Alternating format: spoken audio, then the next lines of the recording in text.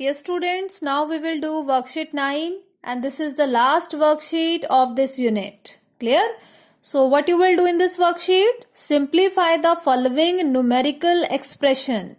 आपने सिंप्लीफाई करना है, सभी क्वेश्चंस में सिंप्लीफिकेशंस करनी है, यानी कि इनको आप सॉल्व करेंगे हर एक क्वेश्चन को और एक आंसर निकल के आएगा.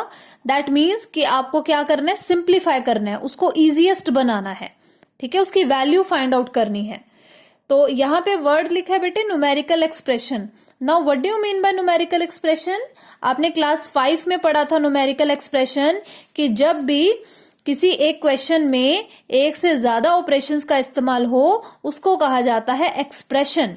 जैसे यहाँ पे माइनस, डिवीजन और ये प्लस, ये 3 ऑपरेशंस यूज हो रहे हैं. That means this is a expression. ठीक है, अगर एक से ज्यादा ऑपरेशंस का इस्तेमाल किया जाए that is called numerical expression. और न्यूमेरिकल क्यों बोलते हैं इसको हम? क्योंकि यहाँ पे नंबर्स हैं. ठीक है, और नंबर्स पे ऑपरेशंस लगाए गए हैं और एक से ज्यादा लगाए गए हैं. That's why this is a numerical expression. I hope the concept is very much clear to you. Now I want to tell you one thing. बेटा क्लास 5 में आपने एक रूल पढ़ा था डी मास रूल आपने पढ़ा था. वो डी मास रूल आपने यहां पे भी अप्लाई करना है. Clear? D for division, M for multiplication, A for addition, S for subtraction. और इसको अब क्या कर दिया है, थोड़ा सा एक्सटेंड कर दिया है because you are in class 6. तो हम इसका जो अब स्टैंडर्ड है वो थोड़ा सा अप हो गया. तो अब हमने पढ़ना है BODMAS, BODMAS, BODMAS rule अब हम पढ़ेंगे. B for bracket. ठीक है, यहाँ पे जो बी है, B means bracket. So there are 3 kinds of bracket. देखिए ब्रैकेट जो है बेटे वो 3 टाइप्स की होती है. एक तो ये राउंड ब्रैकेट है. ठीक है, इस तरह से ये इस तरह से राउंड बनाया हुआ है ये. ठीक है, तो इसको बोला जाता है राउंड ब्रैकेट, या फिर इसको पैरेंथेसिस भी कहा जाता है, पैरेंथेसिस. क्लियर?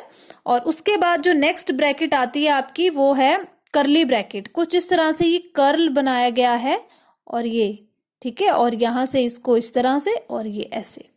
ठीक है, तो ये आपको बनाना आ जाएगा धीरे धीरे जब आप इसकी प्रैक्टिस करेंगे. थोड़ा सा रफ में प्रैक्टिस कीजिए कर्ली ब्रैकेट की, तो आपको समझ में आ जाएगा कि किस तरह से इसको बनाया जाता है. उसके बाद आता है बेटा स्क्वायर ब्रैकेट. स्क्वायर ब्रैकेट क्यों कहा जाता है? क्योंकि अगर हम इसकी लाइन आपस में मैच कर दें दोनों ब्रैकेट्स की तो एक तरह का स्क्वायर बन जाएगा, इसीलिए इसको कहा जाता है स्क्वायर ब्रैकेट. तो ये तीनों ब्रैकेट्स आपको पता होनी चाहिए, round bracket, curly bracket and third one is the square bracket. Clear? तो अब यहां पे आपका बोर्ड मास रूल किस तरह से अप्लाई होगा? बी मीन्स ब्रैकेट और ओ का मतलब होता है बेटे ऑफ. ऑफ का मतलब भी एक तरह से मल्टीप्लाई होता है, क्रॉस का साइन. फर्दर एक चैप्टर आएगा क्लास 6 में परसेंटेज में ऑफ वर्ड यूज होगा, तो उसमें आप इसको अच्छे से समझ जाएंगे. Of means multiplication. ठीक है, तो फिलहाल अभी आप ये याद रखिए कि इन क्वेश्चंस में ऑफ जो है, ओ वर्ड नहीं आ रहा है, कहीं पे भी ऑफ नहीं लिखा हुआ, तो आपका जो है इसको हम स्किप कर देंगे. बी के बाद डायरेक्ट आपकी डिवीजन आएगी, फिर multiplication, addition and then subtraction. Clear? तो बी फॉर ब्रैकेट है, तो सबसे पहले हमने ब्रैकेट सॉल्व करनी है. अब एक चीज और यहाँ पे आप देख पा रहे होंगे कि देखिए किस तरह से यहाँ पे ब्रैकेट्स गिवन है, राउंड ब्रैकेट भी है, कर्ली ब्रैकेट भी है. तो अब आपके माइंड में आ रहा होगा कि इतनी सारी ब्रैकेट्स को हम सॉल्व कैसे करेंगे. तो इसका भी एक मेथड है, प्रॉपर एक मेथड है जिसको हमने फॉलो करना है.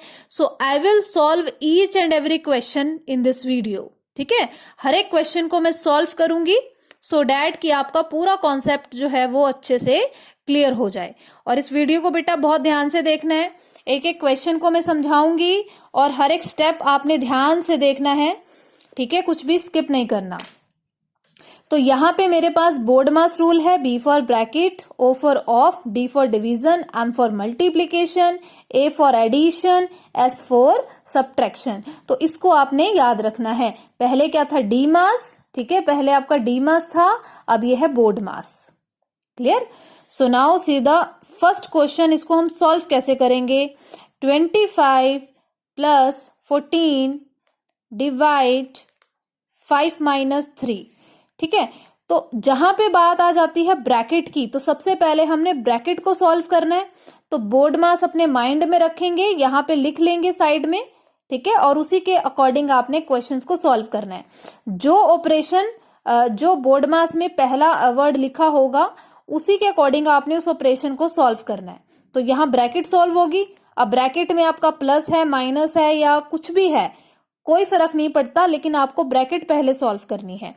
तो यहाँ इक्वल टू का साइन लगाएंगे, स्टार्टिंग इक्वल टू से करनी है। 25 एज इट इज, 14 भी ऐसे लिख देंगे।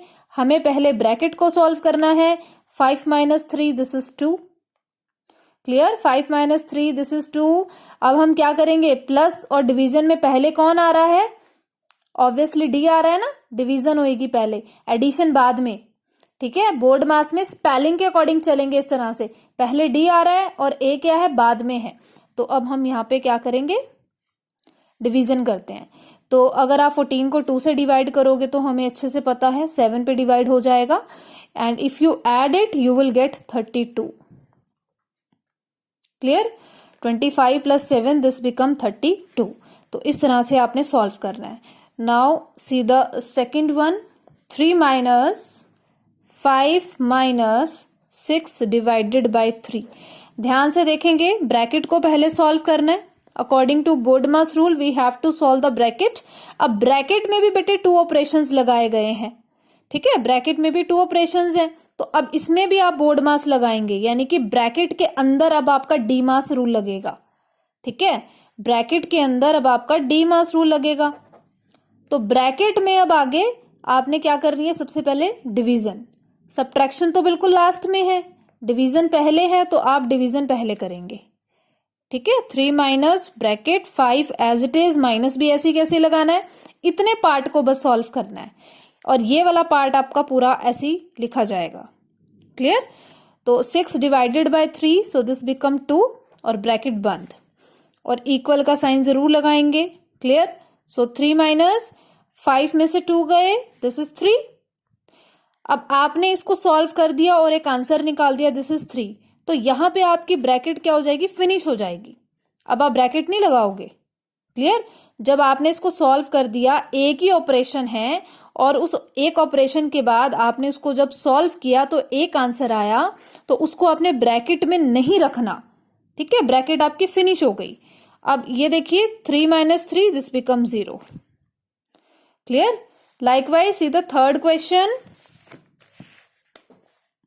थर्ड क्वेश्चन देखिए, आगे आगे क्वेश्चंस ऐसे भी आएंगे जिसमें एक ब्रैकेट के अंदर दूसरी ब्रैकेट आएगी, और कई बारी तीनों ब्रैकेट्स भी एक साथ भी दी जाएंगी। तो ध्यान से आपने देखना है किस तरह से हम इसको सॉल्व करेंगे। इनर ब्रैकेट को पहले सॉल्व किया जाता है, ठीक है, इनर ब्रैकेट को पहले सॉल्व किया जाता है। तो ये आपके पास थर्ड क्वेश्चन है। अब एक तो स्क्वायर ब्रैकेट दिख रही है मुझे, और एक राउंड ब्रैकेट दिख रही है। तो ऐसे केस में बेटे जब एक से ज्यादा ब्रैकेट आ जाए तो आपने जो इनर वाली ब्रैकेट है ना उसको पहले सॉल्व करना है, ठीक है। इनर वाली ब्रैकेट को, अंदर वाली ब्रैकेट को पहले सॉल्व करेंगे, और जो बाहर वाला है उसको एज इट इज रखेंगे। तो 36 माइनस स्क्वायर ब्रैकेट 12 प्लस, यहां तक आपने एज इट इज लिख दिया जैसे आपको क्वेश्चन में गिवन था। अब आपने इसको सॉल्व करना है। अब इसमें भी आपका क्या लग रहा है, 2 ऑपरेशंस है, तो इसके अंदर क्या रहेगा, आपका डी मास रूल रहेगा। आपने डी मास रूल को अप्लाई करना है। तो डिवीजन और मल्टीप्लीकेशन में पहले डिवीजन आएगी, तो 10 को आप डिवाइड करेंगे 2 से, सो दिस बिकम 5, और 3 मल्टीप्लाई का sign as it is, bracket बंद, ठीक है। ब्रैकेट आपकी तब हटेगी जब आप पूरा सॉल्व कर देंगे। क्लियर? तो अब यहां पे आएगा आपके पास 3 × 5 15, ठीक है। तो अब यहां पे आपने ब्रैकेट नहीं लगानी, क्योंकि अब आप इसको सॉल्व कर चुके हो, एक आंसर आपने निकाल दिया, 3 × 5 दिस इज 15। तो आपकी ब्रैकेट फिनिश है, लेकिन जो ये बाहर वाली है ये रहेगी। जब आप इसको सॉल्व करेंगे तब ये भी हट जाएगी, ठीक है। तो अब आप देख सकते हो कि किस तरह से हमने एक ब्रैकेट को फिनिश किया। अब हम दूसरी ब्रैकेट को रिजॉल्व करेंगे। इसको जब हम ऐड करते हैं 12 + 15, सो दिस बिकम 27। क्लियर? तो अब आपने क्या करना है बेटे, 36 में से 27 को माइनस करना है, और माइनस करके आपका जो भी आंसर आएगा दैट इज 9, तो वो आपने यहां पे लिख देना है। क्लियर?